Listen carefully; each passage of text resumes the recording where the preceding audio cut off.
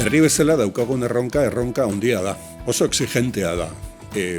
Gauza asko eskatu dizkigute, gauza asko egin beharko ditugu danon artean, erakunde, bestelako elkarte eta herritarren artean, hau dana ongi atera zadin, eta horregatik nahi dugu, nahiz eta oraindik urruti dagoela itxura eman, nahi dugu berotzen hasi giroa.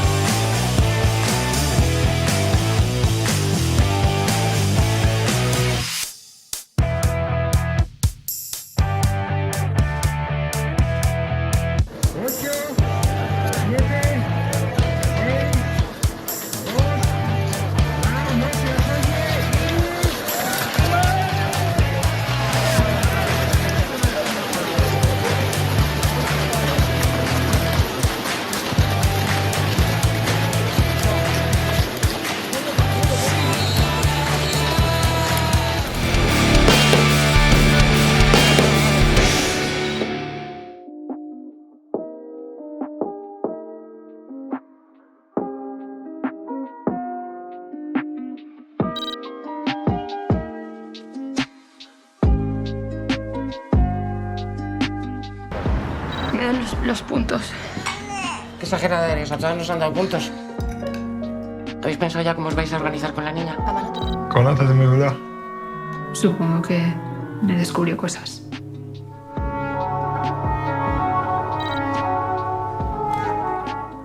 Sigo aquí, ¿eh? No estoy llorando. No sabía. No seas dramática, que el tabaco te mata, pero tarda más tiempo. ¿Qué voy a hacer? Aitakein beharra bete du, buentarren babesteko. Aita! Nik gabe, noizbait, zainduko duk Ibarra. Hitz eman egidak. Utiko, ular sendoa beharko du.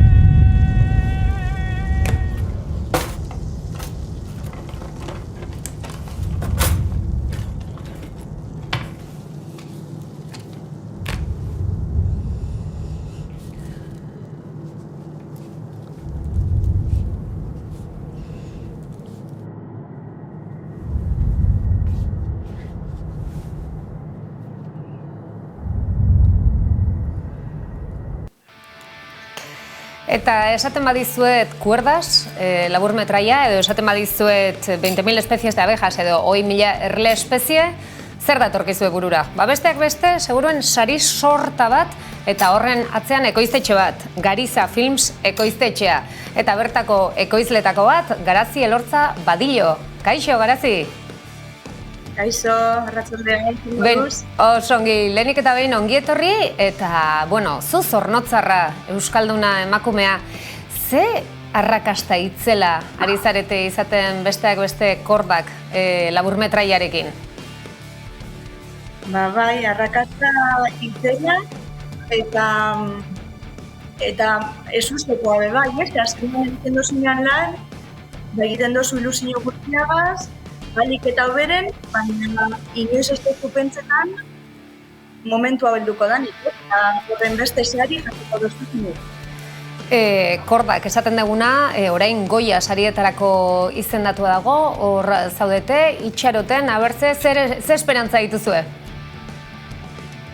Guk itxaropena badekogu, baina inoiz ez dakizu. Azkenean, ez dugu gure eukin ideia finko bat, barikuen bagoaz ja Sevillara, gala zapatu egin da, baina gu gara barikutikan, eta itxaropen guztiagaz, oingabiz disfrut eta armei toketan jakuna bizitza bai.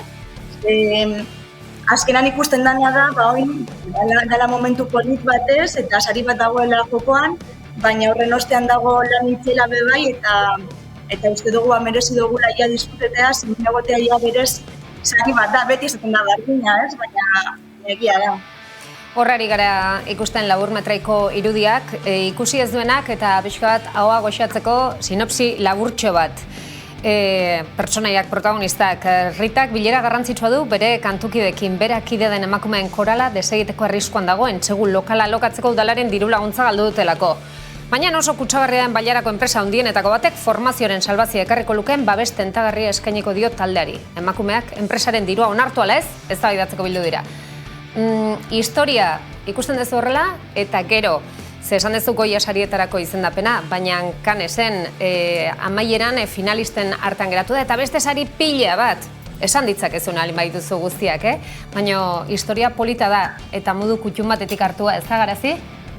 Bai, historia oso polita da eta batez be historiaren ostean dagoena, protagonista Begoña Suárez, 80 urterekin egin zuen pelikula hau, bere lehenengo pelikula, berarekin bizi izan genuen hemen Garizako festivalan batu gintzen danok ikusteko nominatuen basera, zintzuki egoten ginen nominatuta, eta oso emozionante izan zen, danok batera bizizan genuen, eta Begoñak esaten zuen, ez? Nik ez nuen inoiz espero, 80 urtegaz, hau bizializatea, ezan egoten bere esperametzetan ez inungo pentsamentutan, ez?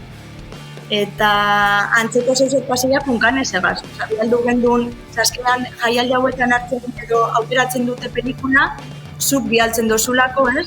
Zuk proposatzen dozu zure pelikula aukeratua izan dadin. Orduan, guk bere momentuan bialdu gendun kanezera pentsetan, saiatuko gara, ez? Baina esan zigutenean benetan Cannesen egotu ginela, hori zen pasada batez, guretzat, Bizkaiko ekoiztetxe batentzat, Cannesen egon alizatzea, ganera antolatu genuen, minibus bat hartu genuen, talde guztiak gintu zenara, eta oso esperientzia polita izen zen.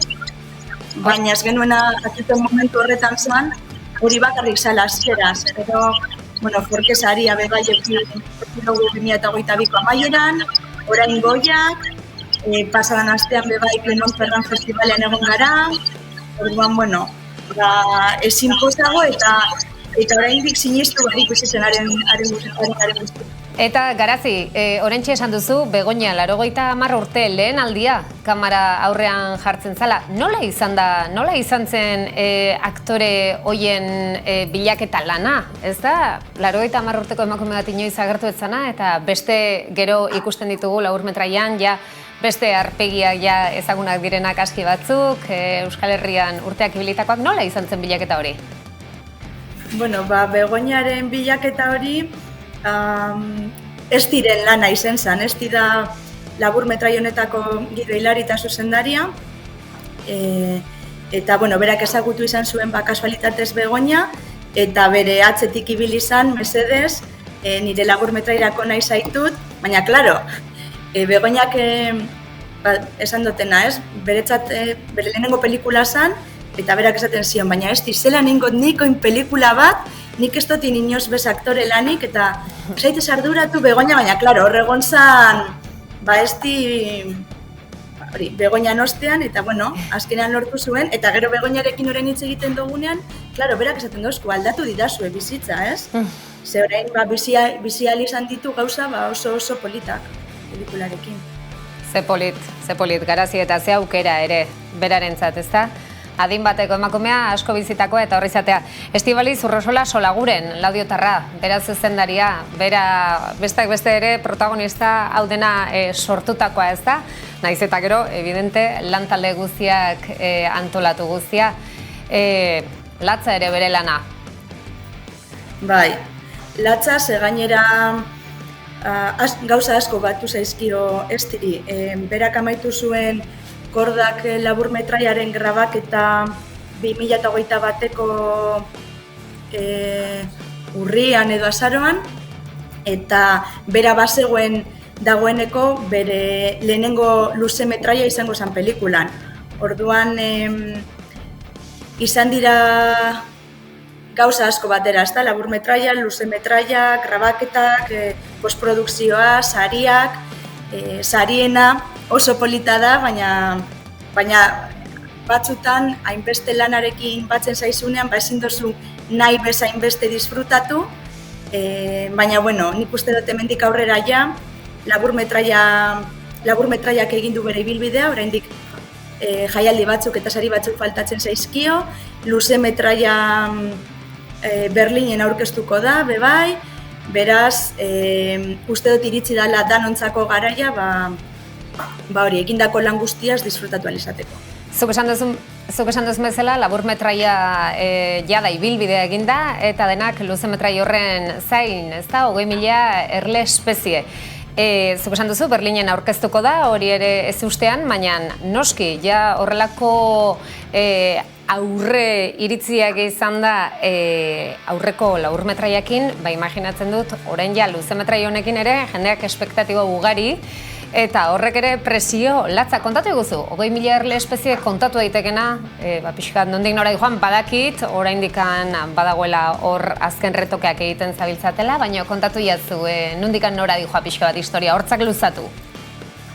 Bueno, protagonista Koko deitzen da, 8 urte ditu, eta pelikulak kontatzen duena da,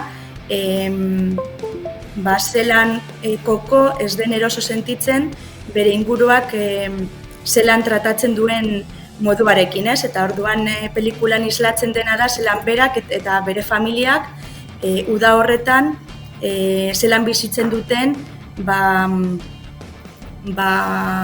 Kokok munduari eman nahi dion mezu hori, zelan berak ematen duen eta zelan familiak berarekin bizitzen duen, ez da? Eta kontatu iguzu, zeintzu dira hemengo aktoreak? Protagonista Sofia Otero da, eta gero, dauzkagu Patricia López Arnaiz, protagonistaren amaren papela egiten duena, Ane Gabarain ere badaukagu, Sara Kozar, Itziar Lazkano, hemengo euskal aktore ugari dauzkagu. Eta garazi, hori esan da galdera tokatzen dena, ze osasun dauka gure euskal ekoizpen honek? Ze osasun egoera gauza bat da, beti esan dugu ideak mila eta jende fina ugari. Akaso laguntza gutxiegi, agian apostu gutxi egiten da publikotik ere? Kontatu jazu, ze osasun daukagu une honetan?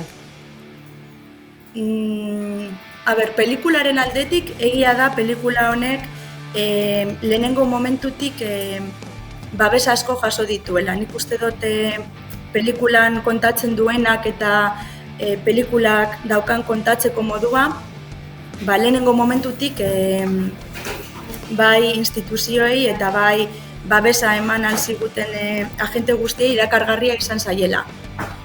Hitz egiten badugu ja euskal industriaren, euskal sinema industriaren inguruan, egia da oso gatza dela pelikulak egitea, gero eta laguntza gehiago dagoz, baina oso gatza da, prekarietate handia dago orokorrean, eta guk gure aldetik ekoiztetxe moduan beti gabiz horren kontra nolabait egiten, ez? Adibidez, 20.000 erle espezie pelikulan, gehienak gara emakumeak, egin nahi izan duguna, ez? Izen da errodai bat edo, hasieratik ez bakarrik errodaian, baina oso zaindua den lantalde bat lortzea, danok eroso sentitzea, zainduta sentitzea ez, eta danok gustura lan egitea. Eta uste dut lortu dugula, eta uste dut hori pelikulan islatzen dela, eta gauzak hori detaileak zaintzen eta mimoarekin egiten direnean, azkenean horrek hori, emaitzan islatzen danez, horrek nolabait saria bebai baduela, ez? Eta saria da, kasu honetan Berlinen egotea sekzio ofizialean, da estik lortu duena da, eta Garizak lortu duena da, lehenengo aldiz, emakume euskaldun bat Berlinen aurkeztea bere lehen pelikula, eta hori zeuzer historikoa da, ezta? Jo, ez zeuzer historikoa, Berlineko sail ofizialean emakume zuzendari batek aurkeztea pelikula historikoa, eta benetan pozgarria eta bejonda izuela erronka hori, apostu hori egiteatikan eta emakumeak osatutako talde horrekin aurrera juteagatik. Gariza Films esan duzu, esaten ari gara orain kordak eta 20.000 erle espezia, baina ez dira zuen lehenengo lanak. Atzera pixkat botatak elarre hortxe hartan, baina gauza ugari egin dituzue. Bai, gure lehen luze metraia izan zen Un otoño sin Berlin, Lara Izagirreren lehen pelikula izan zena, eta lehenengo pelikula horrekin ere bai, goietan izan ginen. Orduan, apurka-apurka, goaz gero eta pauso gehiago emoten, eta orain ja, ez bakarrik goietan, baizik eta Kan eta Berlinera ere iritsi gara, beraz oso pozik, ze guretzat nolabait da Bizkaia, ez, gu Bilboko erdian dauzkagu ofizinak, Bizkaia nolabait mundura eroatea, ez? Gainera, esan behar dugu, seguretzat bebai importantea da, 20.000 erle espezie pelikulan euskera entzuten dela, eta guretzat adibidez euskera Berlinera eroatea, berezia da, ez? Azkenean, gure hizkuntza da, eta Berlinen entzungo da, eta oso berezia da guretzat. Oso berezia euskera antxe entzutea, izan ere, orain dela gutxi gurean izan zen ere Telmo, bera ere izendatua, Goya sarientzako aktore berri bezala. Beraz ezakit, ja direktamente edo zuzenean konkistara, ote zoazten Goyen konkistara Euskal Herrira ekartzeko zuzenean Goya guztiak, edo agian Goyak ez dakit ba? Espero baietz, ez? Bukatzo komentatzen genuen ofizinan eta sentitzen dugu Gariza dagoela koete baten barruan, eta gure helburua Goya, Berlin eta alden guztia lortzea da, baina egia da, ez dugula inoiz jarri helburu baten moduan, ez? Gure helburua beti zen dela, gauzak bidamoduen egitea, gauzak ondo egitea, eta azkenean horrek forma oso natural baten eroaten dotzu bai Goietan egotera, bai Berlinen egotera, bai Canesen egotera, ez? Orduan guk horrela jarraitu nahi dugu, gauzak gure moduan egiten, gauzak diferente egiteko modu bat dauzka Gariza Filmsek, horregaitik ere jenteak identifikatzen gaitu, horregaitik jenteak egin nahi du lan gurekin, eta horrela jarraitu nahi dugu.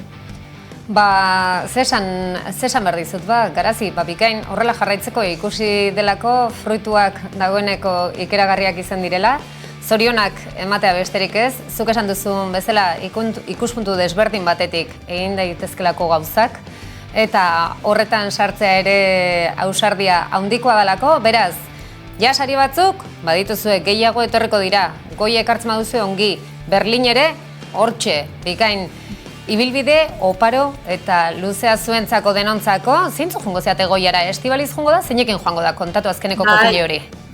Bai, Goietara joango gara, estibaliz, kordaken gara 3 ekoizle. Katz, Bizkaitarrak bebai, eta Katzen ostean dauz Ana Angulo eta Itxaso Frau, orduan eurek biak doaz, Steve Noski bebai, eta Gariza Filmsetik Lara eta Biok joango gara. Beraz, 5 egongo gara hor, eta hori. Ia saria ekartzen dugun Bilbora. Hombre, saria Bilbora, zuzeneko konexioak egingo ditugu, Goia saria ona ekartzen baduzue ikutu nahi dugu, balimadolak kalleja batzuk emateko edo dana dalakoa, baina nahizu ilusio guztiarekin. Beraz, Garazi, zorionak, munduko sorte on guztia zuet talde guztiarentzat, eta jada lortu duzue. Eta Euskal Herritik, benetan, arrozuetaz. Mila esker da muxu bat, Garazi. Bai, agur. ¿Qué, mamá? ¿Qué te pasa? ¿Por qué estás despistada? La Concha y estas, que no sé qué coño le andan metiendo en la cabeza. Están queriendo jugar a las revoluciones ahora otra vez.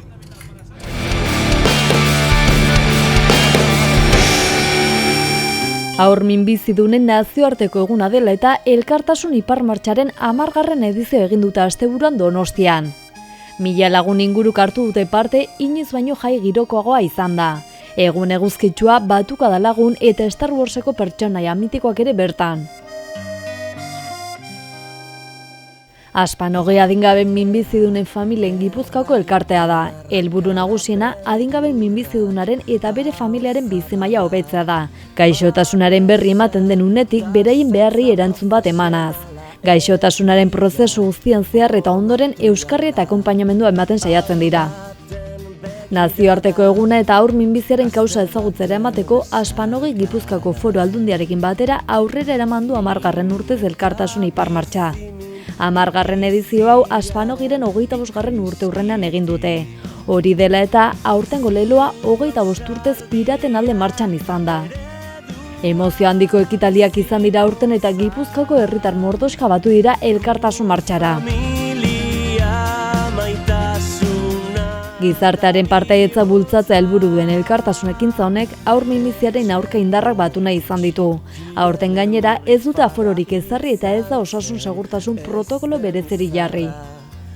Goizean eman zitzaion hasiera Iparmartxari. Aurretik Zurriolako hondartzan pirata eta familien laguntzarekin mosaiko bat egin zuten, nazioarteko eguna eta Aspanogiren urteurrena irudikatuz. Eta gonbidatu bereziak ere izan ziren, Porrotx eta Legion 501 laguntzaile inperialak besteak beste. Asteazken honetan ospatuko da haur minbiziaren nazioarteko eguna, eta gogoratu behar da haurren minbiziaren 30 bat kasu berri diagnostikatzen direla urtean Gipuzkoan, eta 100 gora Euskal Autonomia Erkidegoan.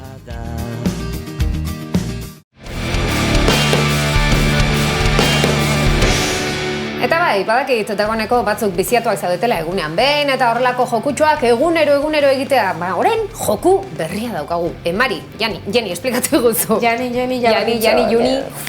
Berak aldosten alduen... Bihotzetik, lalei. Mari, zer da? Bai, historian eta gaur egungo emakumiek ezagutarazteko sortu dan aplikazio berri bat da, Mari.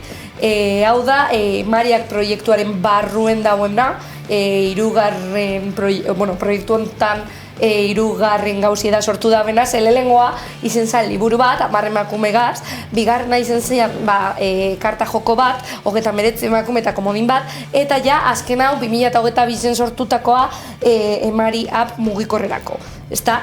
App honetan, badeko guzatalak, profila, taldeak, oin ikusten duzuen moduen pantailan, ezta? Eta profilen, izena eta argazkize jartzen da, ikono bat, kasu honetan, ez dago argazkirik, ikonoak dauz, eta zuk nahi dozun aukeratzen duzu. Gero taldiek, egunean behin jokuen berdine da, taldiek nahi badozu zenein eta ikusi puntuazioa beste lagunen eta hor aldozuz ikusi.